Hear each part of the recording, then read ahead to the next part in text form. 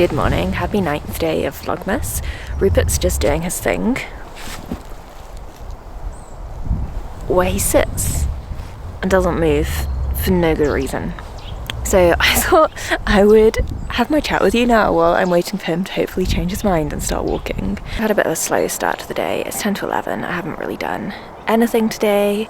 I've got a bit of a headache and I just feel a bit low, and so yeah, the morning has just sort of drifted by without anything really happening. But I am now out with Rupert on a walk, which is really nice. I always find that getting some fresh air and gentle exercise makes such a difference to my feelings of well-being, and it's really easy to forget when you're shut up inside just what a difference it does make.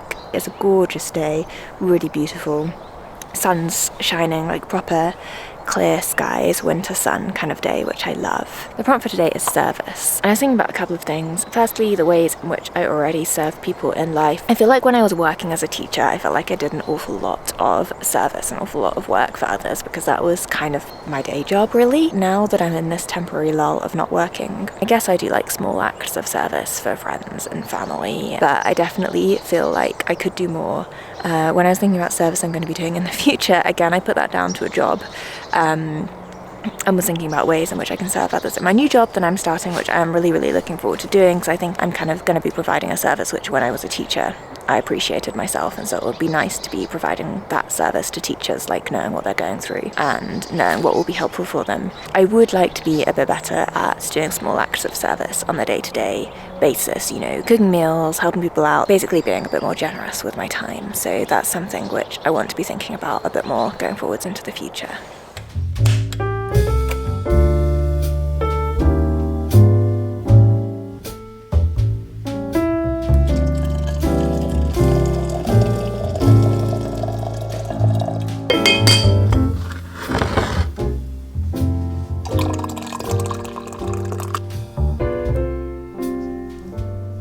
Good evening from my ghostly lighting. I have a confession to make. This is actually the 10th, it's the next day. I just completely flopped yesterday. Like, I just felt bone tired. I was a bit worried I was ill. I did a lateral flow. I've not got COVID, which is good. But yeah, I just felt completely and utterly exhausted and ended up not really doing anything with the day. So I am playing catch up, and what I intended to do yesterday, which I have just done this afternoon instead, so I thought I'd share it on this vlog, is to go through a list of books to add to my TBR list, as if I didn't have enough already. So Tom's mum runs a book club, and she always gives me a copy of the books that they're planning to read for the next year in advance, so that I can look through and see if there are any ones on there which I think I would like to read. And so I've just gone through them all on Goodreads and added a load to my want to read list. Tom's mum reads a lot more contemporary stuff than I do, so it's quite a nice way for me to kind of expand my list. Slightly moving the camera because I am aware that this is really not the best lighting.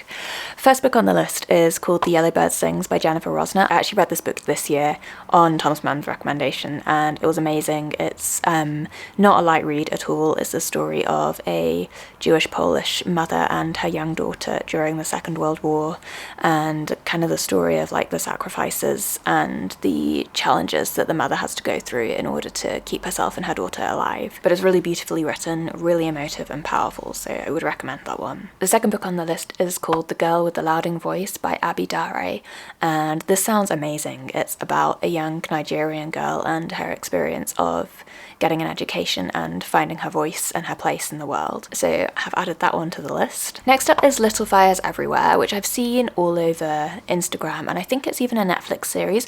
I wasn't immediately super drawn to this, but then I saw that Katie from Books and Things had given it 5 stars, and I generally really like the same kind of things that she likes, so I feel like that makes it worth a try. And there's a novel called Dominicana by Angie Cruz, which is the story of an American immigrant who has to make a loveless marriage in order to enable her family to immigrate to America. The story of her experience in America, the challenges of her marriage, but I think also some of the joys that she finds there. This also sounded like something which I might enjoy, so I have also added that to the list. Then we had Featherhood by Gilmour, which is a really fascinating sounding memoir. I think it's a memoir, maybe it's fiction. I'm gonna go with memoir. It's a story about a boy who has a difficult relationship with his father, and when this boy is an adult, it's about his relationship with his father, who I believe he is estranged from and perhaps perhaps his father is dying, something like that. There's some difficult relationship this boy has with his father, and at the same time he finds a baby magpie and cares for this baby magpie, and it's about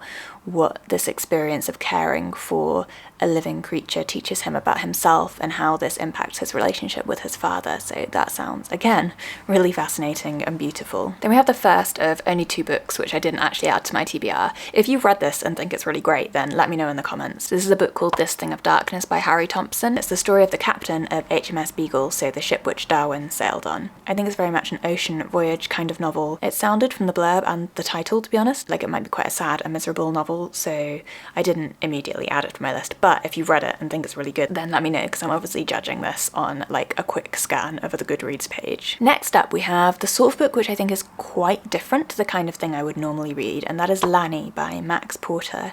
This is a book which is apparently a kind of conversation of a village where there are numerous different people talking, and for the first half of the book or so you have no idea what's going on. This is what Tom's mum said.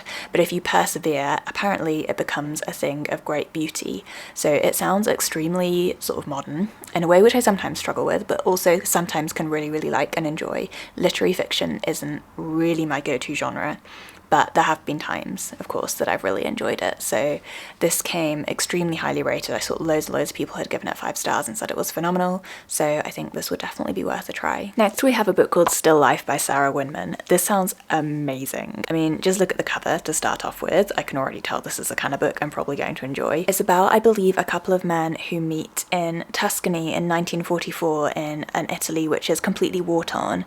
And one of them is an art historian or something and has like a real strong attachment to all of the art of the area. They meet at this point and they then go back to London, and I think it's about the relationship between the 2 of them and the impact that Italy has on their lives once they've moved back to the UK. I saw someone mention in the reviews that there were references in here to E.M. Forster and A Room with a View, which is one of my favourite books and films of all time. So yeah, I'm really down for this. I think it sounds just up my street. Then we have a novel called Matrix by Lauren Groff, which Tom's mum said to me is a book that you should not be put off by the fact that it's got the kind of weird title Matrix.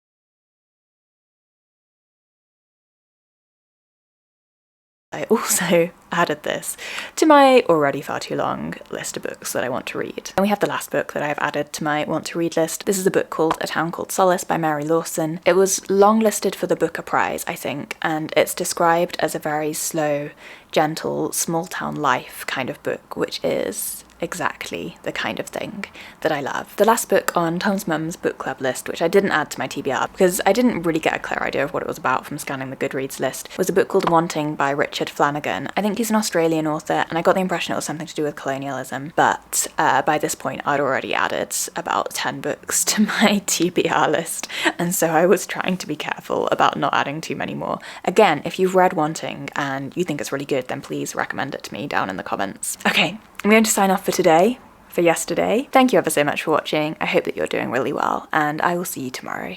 Good night.